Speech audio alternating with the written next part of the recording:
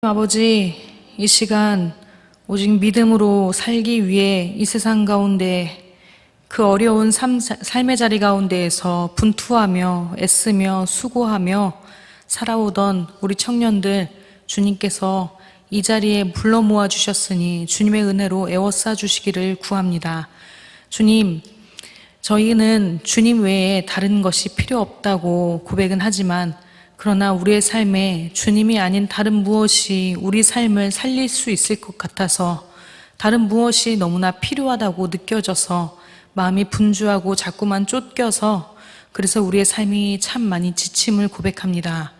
주님, 그러나 정말로 우리에게 온전한 은혜로 함께하여 주셔서 우리의 삶과 우리의 영혼을 가득히 채워주셔서 다른 무엇이 더 필요하지 않도록 다른 무엇으로부터 자유할 수 있도록 오직 주님의 임재 앞에 서는 것을 갈구하며 주님의 은혜로 서는 것만을 소망하는 주의 믿음의 청년들, 주님의 믿음의 성도들 될 수 있도록 함께하여 주시옵소서.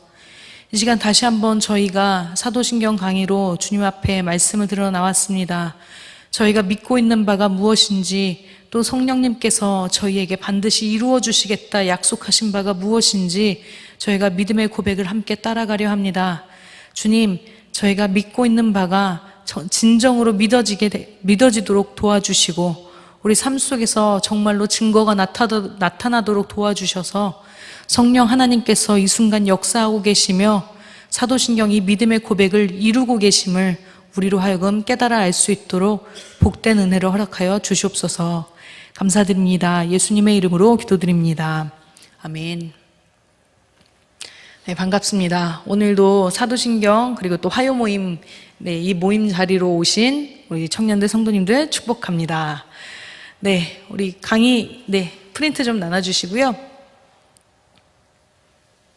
우리 지난주까지 예수님에 대해서 우리의 신앙이 고백하는 바가 무엇인지를 함께 나눠봤습니다. 그리고 오늘부터는 성령 하나님께서 그럼 우리와 함께하는 것이 무엇인지 이 사도신경의 세 파트 중에 마지막 파트인 성령 하나님께서 오늘날 우리와 함께 하신다는 그 의미가 무엇인지를 같이 한번 보도록 하도록 하겠습니다.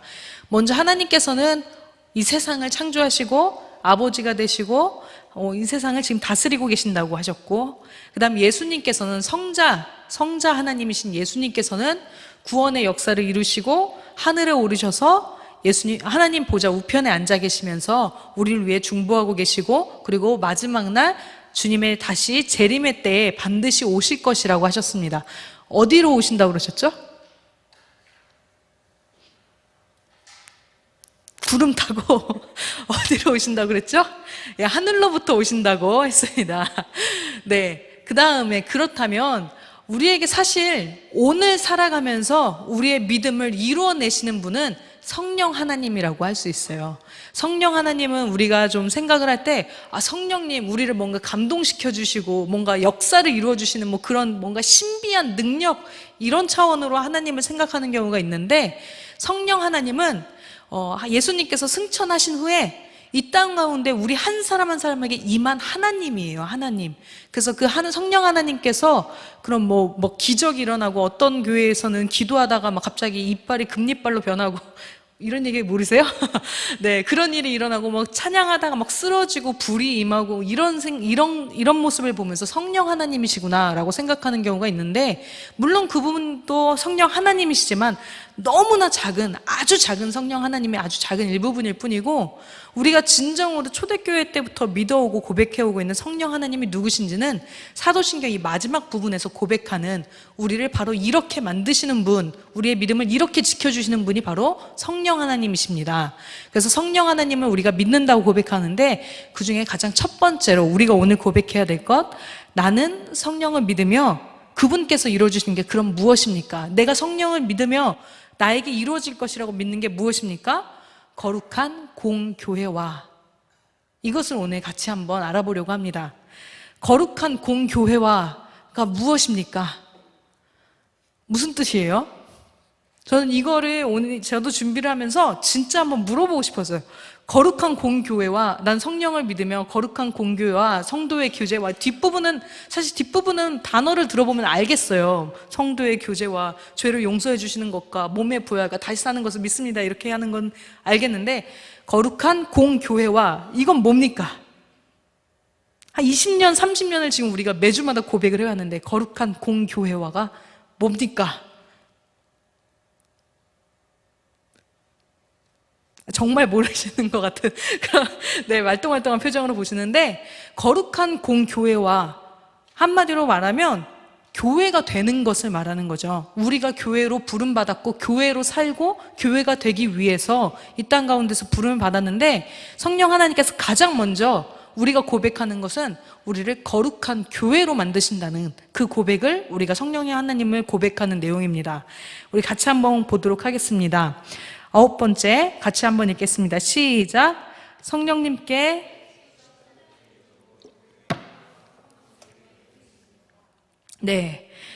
나는 성령을 믿습니다. 사도신경의 3번째 단락은 성령님에 대한 신앙 고백으로 크레도 인 스피리툼 상툼으로 시작됩니다. 여기까지가 나는 성령을 믿으며 라는 고백인데요. 여기서 클레도인 이 클레도는 우리가 계속해서 봤죠. 클레도는 믿는다, 클레도인은 믿는다라는 뜻인데 성령님을 뜻하는 스피리툼 쌍툼은 다시 대문자로 쓰여 있습니다. 대문자로 쓰여 있으면 대문자는 이 사도신경 원어에서 3번만 나온다고 그랬어요. 누구 나오죠? 처음에 하나님 아버지, 그 다음 예수 그리스도, 3번째 성령 하나님만 대문자로 나오면서 성령 하나님의 사역입니다 하고 강조하며 이 원문에선 시작하고 있는 거예요. 강조하고 있습니다. 다시 성령님을 믿는다는 것은 우리 클레도인이 다시 나왔는데 이미 설명했던 것처럼 성령님께 무엇을 드린다는 의미죠? 심장을 드린다. 우리 주은자매에게 오늘도 금메달을 주은자매가 열면서 시작하겠습니다. 주은자매에게 금메달 하나 선물해 주시고요. 내 심장을 드린다는 뜻입니다. 심장, 드린다. 내가 내 심장을 드릴 정도로 내가 믿습니다라는 의미는 크레도라는 그 믿습니다라는 고백은 내 심장을 드릴 정도로, 그러니까 내 전부를 다 바칠 정도로 나의 전부를 다 믿는 것에 투자하고 뛰어들 정도로 내가 그만큼 믿습니다. 그리고 그렇게 믿게 해주실 겁니다. 그것이 진짜입니다 라는 고백인데요, 우리 성령님께 내 심장을 드린다라는 뜻으로 우리가 계속 고백하는데, 우리가 성령님과 관련하여 우리의 심장을 드릴 정도로 믿어야 할 성령님께서 이루어 주시고 또 우리가 그렇게 성령님이 해주신다는 사실에 믿음으로 뛰어들어야 할 그 사역이 무엇인지 한번 계속해서 보도록 하겠습니다. 구체적인 내용은 다음과 같습니다. 그러기 위해서는 가장 먼저 교회가 무엇인지 한번 보려고 합니다. 교회, 그 뒤에 나오는 라틴어 원문이 쌍땅 에클레시암 카톨리캄이라는 말인데요, 우리가 잘 아는 말로 에클레시아라는 말, 그다음 카톨릭이라는 표현도 같이 들어있어요. 여기 이 표현은 다시 말하면 거룩한 공교회를 믿는다라는 고백인데요, 거룩한 공교회를 믿는 것은 모든 교회가 카톨릭 교회라는 것을 믿는다라는 뜻입니다. 이해가 되시나요? 우리가 카톨릭과 우리 교회를 구분해서 우리는 교회라고 부르고 카톨릭은 성당이라고 부르잖아요. 사실 교회 다 성당 다 같은 말이고, 카톨릭이라는 표현도 이게 카톨릭이라는 뜻은 보편적인 교회라는 뜻이에요. 그 원어상으로 보편적인 그냥 교회라는 뜻인데, 우리가 개신교가 종교개혁을 하면서 카톨릭의 좀 신앙의 방향이 잘못 가기 시작하면서 우리가 종교개혁을 통해서 독립을 했어요. 카톨릭 교회에서 독립을 하면서 그 교회, 예전에 있던 그 카톨릭 교회와, 카톨릭 교회가 아니라 그냥 교회죠, 거기도 교회와 우리 교회를 구분하기 위해서 우리의 이름을 개신교, 개혁하는 신앙의 교회라고 해서 개신교라고 부르기 시작을 했어요. 근데 카톨릭이 있고 우리 개신교도 있지만 사실은 둘 다 라틴어도 영어도 같은 원어의 뜻이에요. 보편적인 교회라는 뜻으로 카톨릭이라는 표현을 씁니다. 카톨릭은 그들을 지칭하는 언어인 게 아니라 교회란 보편적인 교회입니다 라는 뜻이 바로 카톨릭이라는 단어입니다. 우리가 믿고 있는 바는 바로 이거예요. 보편적인 교회입니다. 교회는 보편적입니다. 그럼 그게 무슨 의미인지 계속해서 알아보기 위해서 카톨릭 교회라는 의미를 조금 더 알아보려고 합니다. 우선 교회 하면 교회를 알기 전에서 가장 먼저 알아야 될 가장 중요한 말씀이 있습니다. 고린도전서 3장 16절 말씀인데요. 같이 한번 찾아보겠습니다. 고린도전서 3장 16절.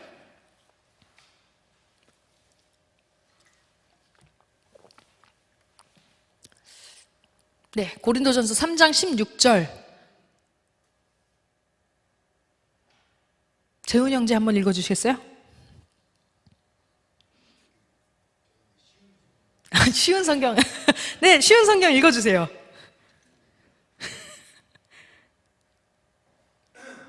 여러분은 하나님의 성전이며 하나님의 성령이 여러분 안에 거하신다는 것을 알지 못합니까? 네, 잘 읽으셨어요. 혹시 연극팀 관심 있으신가요? 연극 잘할 것 같죠? 네, 아주 지금 쉬운 성경이었기 때문에 의미가 조금 더 분명하게 들렸던 것 같아요. 우리가 원래, 네, 선물해 주시고요. 우리가 원래 읽는 성경으로 다시 한번 읽어보겠습니다. 같이 읽을게요. 시작. 너희가 하나님의 성전인 것과 하나님의 성령이 너희 안에 계시는 것을 알지 못하느냐. 이게 교회에 대해 분명하게 말하는 가장 중요한 구절 중에 하나예요. 우리가 흔히 생각할 때 교회는 여기 성전, 이거 우리가 건물로 지어놓은 교회를 보고 건물을 가지고 교회라고 생각하는데, 사실 이 교회는, 이 건물로 눈에 보이는 교회는 중요하지만 그렇게 중요한 교회는 아니에요. 더 중요한, 하나님께서 끊임없이 말씀하셨던 교회는 눈에 보이지 않는 이 사람 한 사람 한 사람이 교회거든요. 왜 그러냐? 너희가 하나님의 성전인 것과 성령 하나님이 우리 안에 거하시기 시작하셨잖아요. 하나님을 모시는 집이 바로 우리가 되었잖아요. 그럼 우리가 바로 집, 하나님의 집, 우리가 하나님의 교회가 되기 시작한 거예요. 그럼 사실 우리가 주중에 살면서 주일 예배 때는 이 자리에 모여서 같이 거룩한 공교회와 성도의 교제를 위해서 예배드리기 위해 건물 교회로 모이는 건 중요하지만, 사실 일주일의 삶을 살면서는 교회로 모이는 게 중요한 게 아니라, 교회로 모이기에 애쓰는 게 아니라 사실은 계속해서 밖으로 나가야 돼요. 밖으로 나가서 내가 내 삶의 자리에서 내가 교회로 계속 끊임없이 살면서 성령 하나님이 내 삶 속에서 같이 역사하시고 그 성령 하나님을 드러내는 삶을 세상 속에서 끊임없이 살아내는 그 자리가 예배의 자리고, 그 자리가 교회이고, 주님은 사실 우리를 그 자리로 끊임없이 파송하고 계세요. 그래서 중요하다는 건 우리가 교회로 부름받았다라는 것을 기억하는 게 가장 중요합니다. 우리가 거룩한 공교회라고 하는 것도 이 건물 교회 안에서 그럼 우리가 무엇을 할까요? 이런 생각이 아니라, 내가 교회로 살아가면서 어떻게 살아가야 할까요? 내가 교회라는 것은 무엇입니까? 이것을 고민하는 게 우리의 거룩한 공교회입니다 라는 고백의 내용들일 것입니다. 계속 보겠습니다. 우선 교회는 4가지로 정의가 됩니다.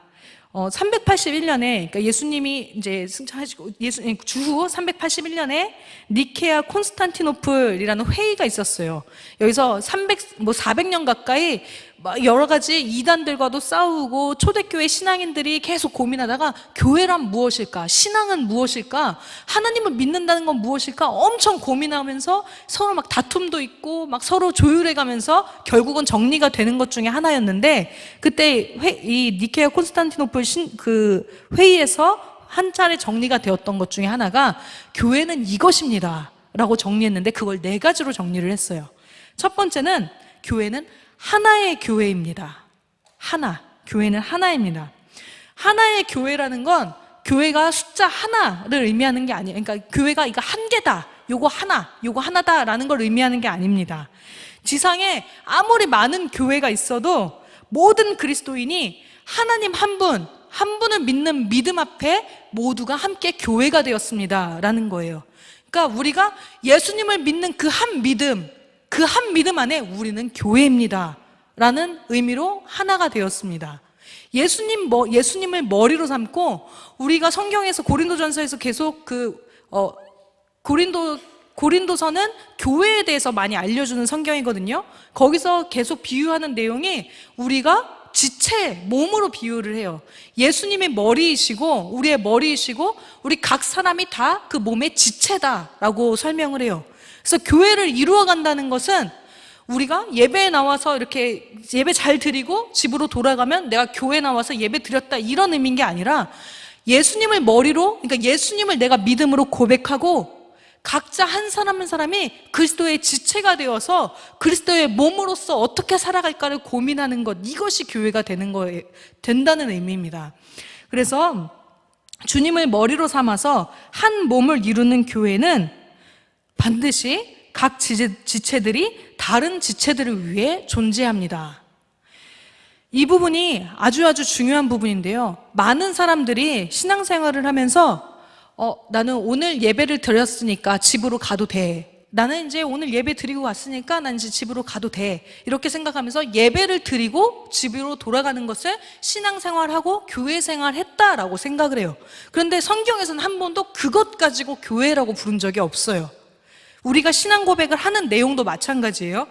주님을 머리로 삼은 사람들은 반드시 한 몸이 되기 위해서, 주님과 한 몸이 되기 위해서 내가 예수님의 지체가 되어서 예수님의 손이 되고 예수님의 발이 되는 생활을 하기 시작하는 거예요. 그래서 교회에서 다른 사람의 손과 발이 되기 위해서 보이지 않는 곳에서 봉사하고, 또 힘겨운 주방 봉사를 하거나, 아니면 교회에서 임원으로 섬기거나, 아니면 또 다른 어떤 어려운 지체들을 옆에서 섬기거나, 교사로 봉사하거나, 끊임없이 주님의 머리 대신 주님을 세우기 위해서, 그 주님을 나타내기 위해서 몸으로서 계속해서 내가 봉사해서 주님의 손과 발이 되는 것, 주님의 지체가 되는 것, 이것이 교회라고 이야기를 합니다. 그래서 우리가 그냥 예배만 드리고 왔다 가는 것이 교회인 것이 아니라 내가 주님을 위해서 손과 발이 되었는가, 그래서 나로 인해서, 우리로 인해서 다른 사람들이 서로 사랑하는 일이 생기기 시작했는가. 그러니까 우리 교회에서 우리가 비유를 할 때 보통 서로 사랑하라고 할 때, 서로 사랑하는 것이 교회라고 할 때, 그러면은 흔히 생각할 때 좀 있는 사람들이, 부자인 사람들이 좀 내 가진 것을 다른 사람들을 위해서 나눠줘야지. 난 좀 힘이 세니까 내가 힘 약한 사람들을 위해서 도와줘야지. 난 좀 아는 게 많으니까 성경 지식이 부족한 사람들을 위해서 내가 좀 도와줘야지 하면서 무언가를 가진 사람들이, 무언가 있는 사람들이, 뭔가 좀 부유한 사람들이 그럼 내가 손과 발이 돼서 섬겨야지, 그게 사랑하는 거다라고 생각하는 경우가 있어요. 그런데 성경에서는 분명히 서로 사랑하라고 이야기를 하셨어요. 서로 사랑한다는 것은 돈을 많이 가진 사람만 섬기는 게 아니라 돈이 없는 사람도 돈이 있는 사람을 사랑하는 거예요.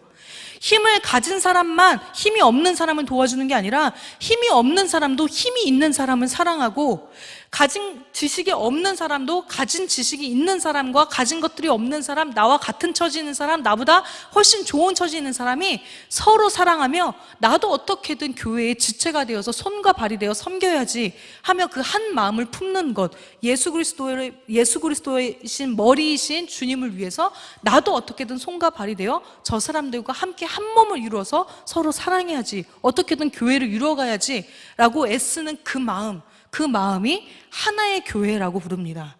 하나의 교회는 예수 그리스도라는 그 한 믿음을 우리가 다 같이 고백하기 때문에 교회입니다. 그래서 교회는 우리가 카톨릭 교회랑 우리를 많이 구별하는 경우가 많아요. 물론 우리는 신앙적인 내용에서 구별되는 내용도 참 많이 있지만, 그리고 또 동방정교회 같은 낯설은 거기 교회 가면은 그냥 그 이스라엘 목자들이 막 머리부터 이렇게 제사장들이 이렇게 쓰는 복장들 있잖아요. 그걸 다 하고 예배를 드리거든요. 되게 낯선 모습인데, 그런데 그 사람들도 하나님, 그러니까 성부 하나님, 성자 하나님, 성령 하나님을 고백을 하고, 카톨릭 교회에서도 성부 하나님, 성자 하나님, 성령 하나님을 고백을 하고, 우리도 성부 하나님, 성자 하나님, 성령 하나님을 고백하며 한 분 하나님을 함께 고백을 하기 때문에, 삼위일체이신 하나님을 함께 고백하기 때문에 그 믿음 안에서 우리는 하나님의 한 몸인 거예요. 예수님의 한 몸으로 한 교회가 되는 거예요. 하나의 교회라는 의미입니다. 다른 신앙의 태도를 가지고 서로 다른 관점을 가지고 그래서 싸우기도 하고 하지만 우리가 한 믿음 안에 있기 때문에 하나의 교회라고 부릅니다. 그럼 두 번째, 우리가 교회라고 불리는 것은 거룩한 교회입니다. 거룩한 교회. 우리는 교회를 네 가지로 정의할 때 하나의 교회, 두 번째 거룩한 교회라고 부르는데요. 우리는 서로를 성도라고 부르고 있습니다. 우리는 성도라는 건 뭐 거룩한 하나님의 자녀 그런 뜻이잖아요. 성도라고 부르는데, 그런데 우리는 우리가 잘 알듯이 죄와 허물투성이지만 하나님께서 우리를 거룩한 자녀로 예수님을 통해 구원해 주시고 거룩한 자녀로 구별해 주셨기 때문에 우리는 성도 거룩한 자녀가 되었습니다. 그래서 우리에게는 거룩하게 살아가야 할 의무가 있습니다. 주어집니다. 교회의 힘은 거룩에서 나오기 때문입니다.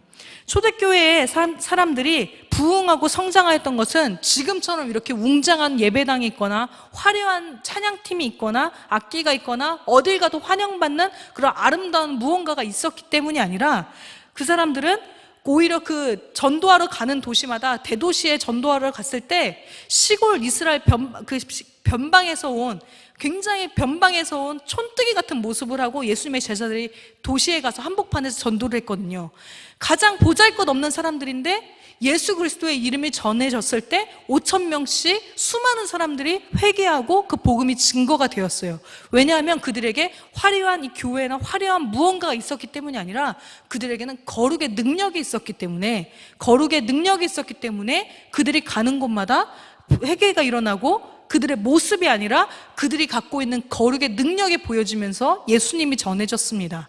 그래서 그들에게 세상과 구별되는 거룩한 힘이 있었기 때문에 세상을 뒤집어 놓을 수 있는 역사가 그들을 통해서 일어났습니다. 그래서 교회는 이 건물이 아니라, 다시 말하듯이 우리 안에 보이는 화려한 모습이 아니라, 내 안에 어떤 세련된 성경 지식이나 세련된 신앙의 말이 아니라 거룩의 삶의 능력이 우리에게 교회의 능력이 됩니다.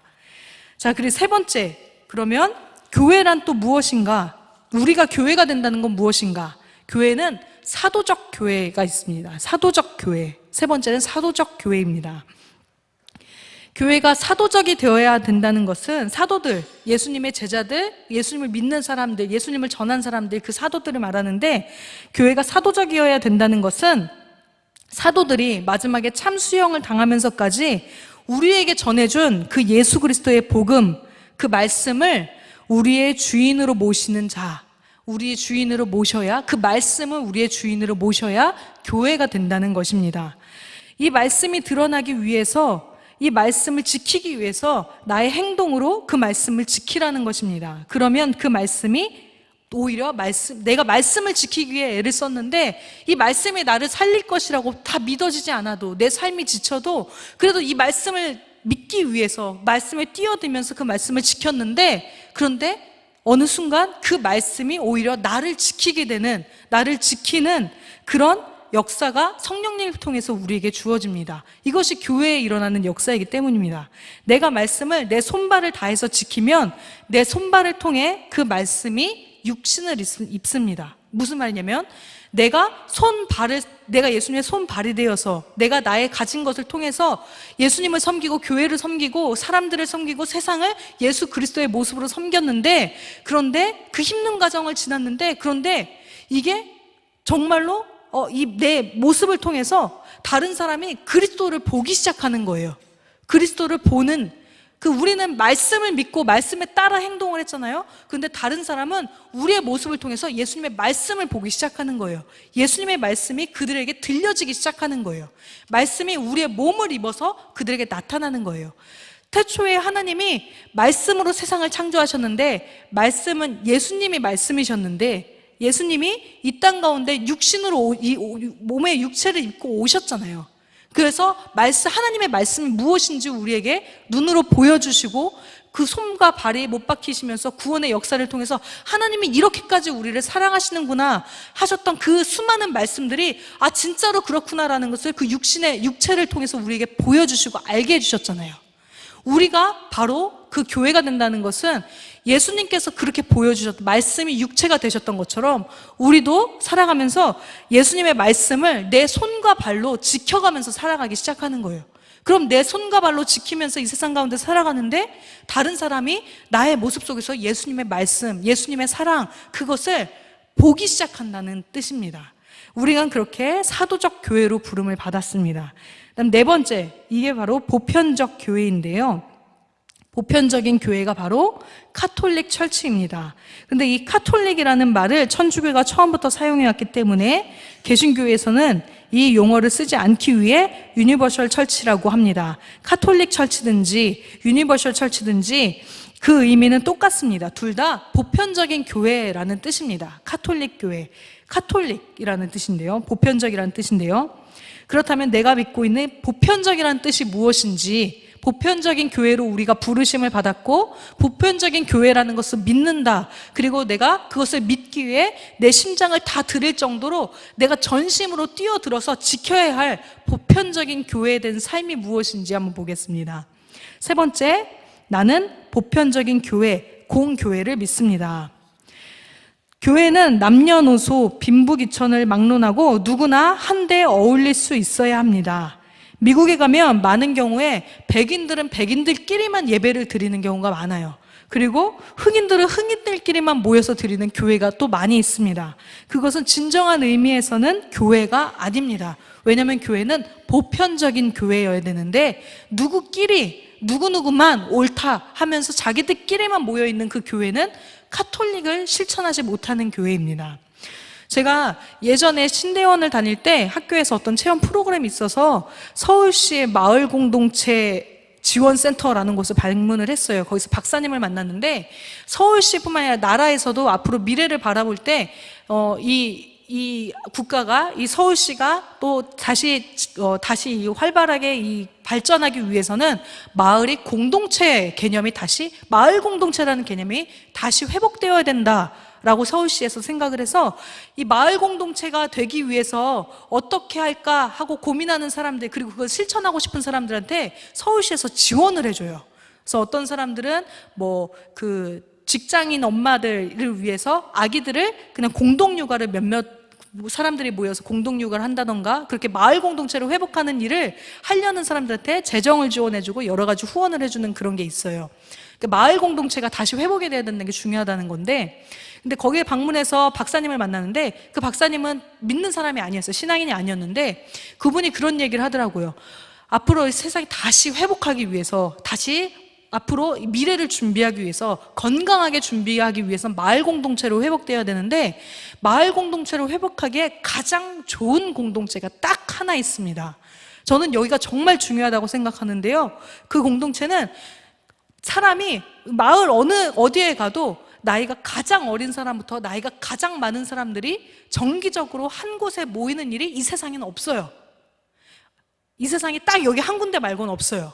나이가 가장 적은 사람, 나이가 가장 많은 사람이 남녀노소를 막론하고 한 군데에 모이는 곳, 그리고 정치적인 판단이 좌든지 우든지 이런 그 색깔을 다 떠나서 그냥 한 자리에 그냥 생각이 다르고 마음이 다르고 뜻이 다르고, 그런데도 불구하고 남녀노소를 막론하고 모든 시대를 초월하고 생각을 다 초월해서 무조건 한 군데 모이는, 정해진 날에 한 군데 모이는 그런 공동체가 딱 하나 있는데 여기가 대안이라고 생각합니다. 이분이 이렇게 얘기하시는 거예요. 이 대안의 장소가 어딘가요? 교회예요, 교회. 교회만이 사람들이 정치적인 생각, 내 생각, 그리고 세대 차이, 그리고 지역 차이, 그리고 정치적인 차이, 이런 것들을 다 초월해서 무조건 한 날이 되면 한 곳에 다 무조건 모이는 거예요. 그래서 공동체를 이루는 거예요. 그만큼, 근데 이게 언제부터 있었어요? 2000년 전부터 계속 이 일은 반복이 돼요. 2000년 그 이전에 구약시대 때부터 온 세상에 이 교회라는 공동체는 끊임없이 사람들이 모여서 계속 그 다음 세대를 준비하고 한 공동체가 한 마음이 되기 위해서 계속 모여서 세대를 초월해서 계속 모임이 있었단 말이에요. 이게 미래에 대한 대안이라고 이분이 이야기를 해주시더라고요.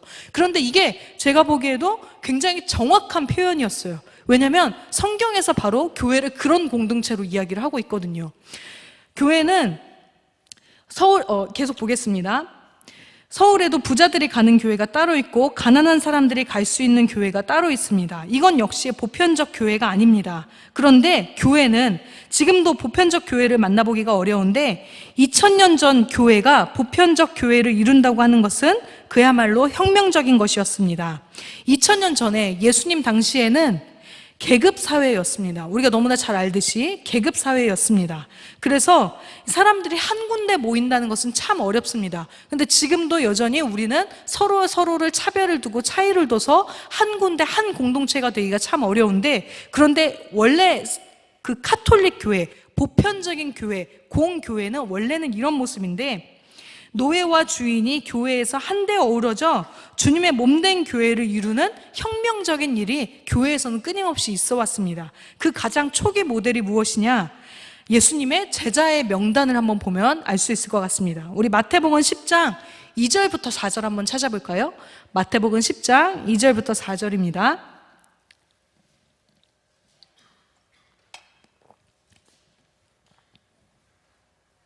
마태복음 10장 2절부터 4절 우리 같이 한번 읽어보겠습니다. 시작. 12사도의 이름은 이러하니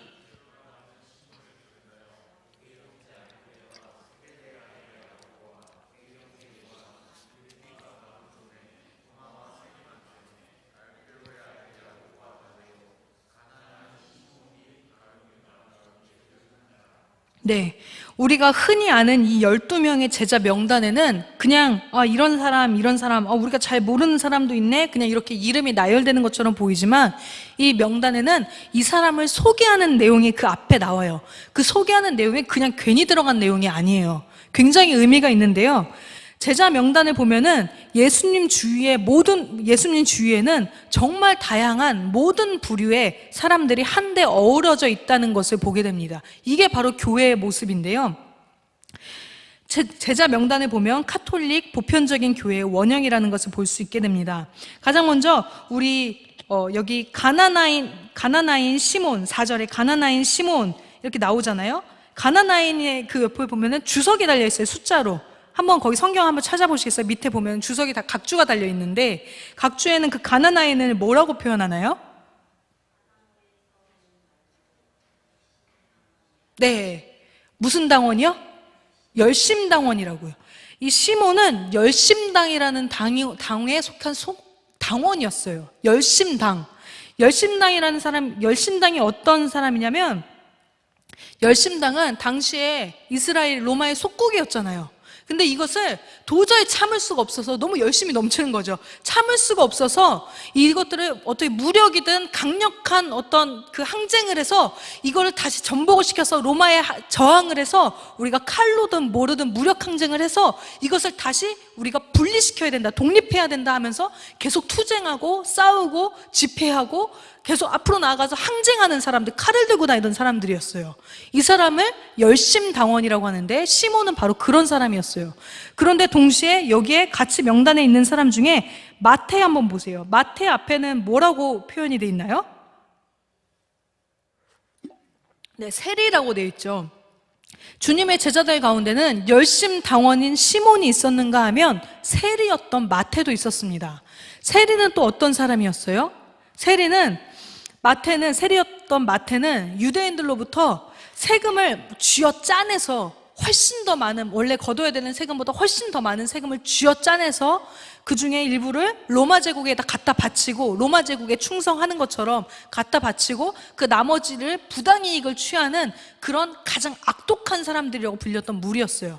그런데 그러면 열심당원은 로마가 우리를 점령해서 우리는 하나님께만 지배받는 하나님의 유일한 하나님의 나라인데, 하나님의 통치를 받는 나라인데 다른 나라가 우리나라를 통치한다는 걸 도저히 상상할 수 없는 그런 믿음을 가진 사람들이 열심당원인데, 그 사람과 그리고 로마 제국에 충성하고 있는, 로마 제국에 빌붙어서 자신의 밥벌이를 하고 있는 세리가 예수님의 제자 한 명단 안에 나타나고 있는 거예요. 그리고 여기에 보면 12사도의 이름은 이러하니 베드로라 하는 시몬을 비롯하여 그 형제 안드레와, 이 베드로와 안드레는 굉장히 가난한 사람 중에 한 사람이었어요. 다른 사람, 배를 빌려서 하루 먹고 살 수 있는 어부였던, 가난한 어부였는데, 그런데 그 뒤에는 세베대의 아들 야고보와 그의 형제 요한이 나옵니다. 세베대, 아버지의 이름이 나오는 거는, 아버지가 소개가 된다는 거는 굉장히 유력한 가문에, 돈 있는 집안에 가문에 속한, 엄청난 가문에 속한 그런 그 자제들이라는 표현이에요.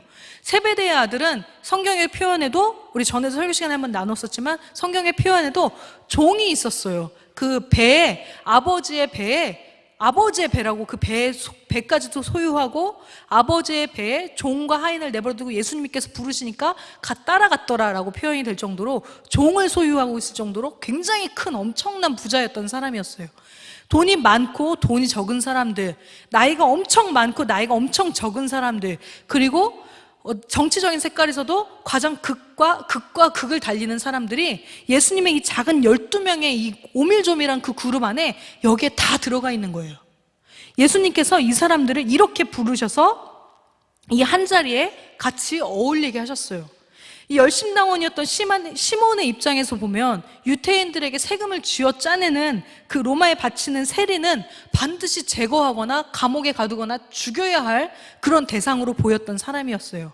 그리고 또 세례 마태 입장에서 보면은 그 열심당원인 시몬은 세상이 어떻게 돌아가는지 그 이치도 제대로 모르고 어떻게 칼을 들고 한번 그거를 이겨보겠다고 애쓰는 좀 바보 같은, 애들 같은, 유치해 보이는 그런 사람이라고 생각이 될 그런 사람이었습니다. 이렇게 생각이 다르고 세대가 다르고 이거 모든 것이 다 다르지만 절대로 한 자리에 앉을 수 없을 사람들이지만 그들이 한 자리에 모였다는 거예요. 왜요? 예수 그리스도를 믿음으로, 예수 그리스도를 믿기 때문에 하나가 된 거예요. 그 한 자리에 모였던 거예요. 그런가 하면 갈릴리의 가난한 어부 베드로, 아리마대 지방의 재벌 요셉, 비천한 창녀 막달라 마리아, 존귀한 신분의 니고데모, 국회의원 같은 계급이거든요. 니고데모. 이 세상에서는 절대 한 식탁에 앉을 수 없는 사람들, 얼굴을 대면할 수도 없는 부류의 사람들이 예수 그리스도 안에서 예수 그리스도로 인해 예수 그리스도를 힘입어 모두 한데 어우러져 보편적인 교회를 이루었습니다. 그러므로 예수 그리스도를 주님으로 모셨다면 이 땅의 모든 교회는 보편적 교회가 되어야 하는 것입니다. 우리 안에도 마찬가지입니다. 우리 안에도 나와 다른 생각을 가진 사람들, 나와 다른 그 차이가 있는 사람들, 그리고 나와 다른 신분이 있는 사람들, 나와 다른 삶을 사는 사람들, 나와 사고방식이나 나의 마음에 전혀 들 수가 없는 사람들, 내가 도저히 저 사람은 믿음이 없어라고 할 정도로, 어떻게 믿는 사람이 저래라고 할 정도로 전혀 다른 모습을 보이는 사람이라 할지라도 그 사람 또한 예수 그리스도라는 믿음 그 앞에서 우리가 하나인 거예요. 한 몸, 하나.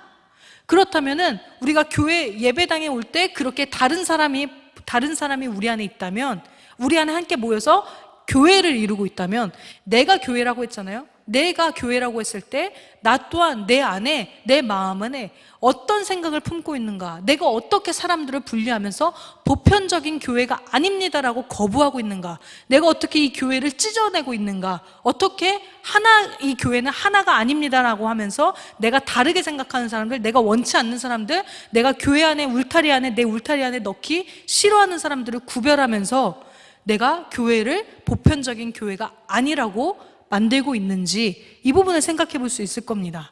성령님은 우리를 보편적인 교회가 되도록 그 교회의 자리로 부르셨습니다. 우리가 사도신경으로 우리의 신앙을 고백할 때마다 뭐라고 고백합니까? 거룩한 공교회를 믿으며 라고 고백합니다. 이 공교회가 라틴어의 에클레시암 카톨리감입니다. 우리가 예배드릴 때마다 사도신경을 통해 주님, 저는 거룩한 에클레시암 카톨리감을 믿습니다 라고 고백하는 것입니다. 무슨 의미입니까? 내가 속한 교회가 보편적 교회가 되어야 함을 믿습니다. 바꾸어 말하면 우리 교회를 이루고 있는 나 자신이 먼저 보편적 교회가 되겠습니다 라는 이 고백을, 사도신경을 고백하며 우리는 고백하고 있는 것입니다. 결단하는 것입니다. 내가 보편적인 그리스도인이 되지 않으면 내가 속해 있는 교회가 결탄코 보편적인 교회가 될 수 없기 때문입니다. 가끔 우리 교회는 수준 있는 교인들만 이루어져서 참 좋아 라는 말을 듣는 경우도 있습니다. 그것이 사실이라면 그 교회는 보편적인 교회가 아닙니다. 수준 높은 사람과 그렇지 못한 사람 모두가 그리스도로 인해 한데 어울릴 수 있어야 진정한 교회입니다. 그리스도 안에서 부자였던 아리마대 요셉, 사내들인 의원이었던 국회의원이었던 니고데모, 창녀, 세리, 백부장 모두가 함께 어울릴 수 있었던 것처럼 모든 교회는 보편적인 교회가 되어야 합니다. 그러기 위해서는 교회를 이루고 있는 내가 보편적인 인간이 되어야 합니다. 요즘 말로 나하고 코드가 맞는 사람만 좋아한다는 것은 그리스도인에게는 해당되지가 않습니다. 따라서 사도신경의 이 고백은 내가 성령님의 도움 속에 있을 때만 보편적인 인간으로 보편적인 교회를 이룰 수 있음을 믿는다는 것입니다. 내가 성령님의 도움을 계속 끊임없이 구하면서 주님, 내 안에는 이 교회를 끊임없이 분리시키는 마음이 있습니다. 교회 공동체가 하나로 예수 그리스도를 믿는 믿음으로 한 곳에 모였다는 이 믿음을 나는 끊임없이 부정할 때가 있습니다. 우리 마음에 그렇게 갈라놓을 때가 있습니다. 성령님이 일을 행하고 계신데도 내 마음은 끊임없이 분리시킬 때가 있습니다. 그럴 때 우리가 사도신경을 다시 고백할 때마다 아니요, 주님, 저는 교회가 하나인 것을 믿습니다. 그리고 내가 그 믿음으로 하나가 되기 위해서 내 마음을 다시 한번 열겠습니다 라고 결단하고, 내가 결단하는 것으로 그치는 것이 아니라 나는 성령님을 믿습니다 라고 고백을 할 때 이미 성령님이 내 마음속에서 우리가 보편적인 사람이 될 수 있도록, 내 마음속에 그 교회가 하나가 될 수 있도록, 내 마음속에 나의 울타리가 한데 어울리는 사람들로 함께 모일 수 있도록, 그 울타리를 낮출 수 있도록 성령님께서 도와주신다는 것을 우리는 사도신경을 고백하며 또 하나 함께 알 수 있을 것입니다. 우리 함께 오늘은 성령님을 믿습니다. 내가 거룩한 공교회인 것을 믿습니다. 우리의 교회가 보편적인 교회를 믿으며 또한 동시에 내가 바로 그런 보편적인 사람이 되어야 한다는 것을 믿습니다. 그 결단을 우리가 함께 이 시간 함께 살펴보았습니다. 우리 다음 주에도 계속해서 성령님을 통해서 성도의 교제가 우리 안에 성도의 거룩한 교제가 일어난다는 것이 무엇인지 또 계속해서 살펴보도록 하겠습니다. 함께 기도하겠습니다. 하나님, 우리를 교회로 불러주셔서 감사합니다. 주님, 우리의 모습을 스스로 돌아볼 때에는 너무나 부족하고 부끄러워서 우리가 교회라고 불리는 것조차 감당할 수 없을 때가 있음을 고백합니다. 그러나 주님, 우리의 모습이 어떠해서가 아니라 우리에게 성령 하나님께서 임재하여 주셔서, 나를 거처 삼아 주셔서, 하나님께서 함께 해 주셔서 내가 주님의 집이 되었기 때문에 우리가 교회임을 고백합니다. 하나님께서 우리와 함께 하신다고 하셨으니 주님, 우리 마음에 서로를 분리시키는 교회를 나누고 갈등하며 서로의 다른 생각들을 용납하지 못하며, 그래서 교회를 보편적인 하나의 교회로 만들지 못하던 우리의 나쁜 마음들을 주님께서 제거하여 주시옵소서. 우리 마음에 넉넉한 사랑을 허락하여 주셔서 성령님의 역사가 임하게 하여 주셔서 우리 안에 서로의 생각이 다르고 서로의 세대가 다르고 우리가 갖고 있는 가치관과 관점이 다르고 살아있는 삶의 자리가 다름에도 불구하고 예수 그리스도를 믿는 믿음 안에서 신비한 교회가 되는 힘, 하나가 되는 힘을 우리가 경험할 수 있도록 성령님 역사하여 주시옵소서. 감사드립니다. 예수님의 이름으로 기도드립니다. 아멘. 네, 수고하셨습니다. 안녕히 돌아가시고 우리 다음 주에도 함께 계속해서 만남을 이어가도록 하겠습니다. 수고하셨습니다.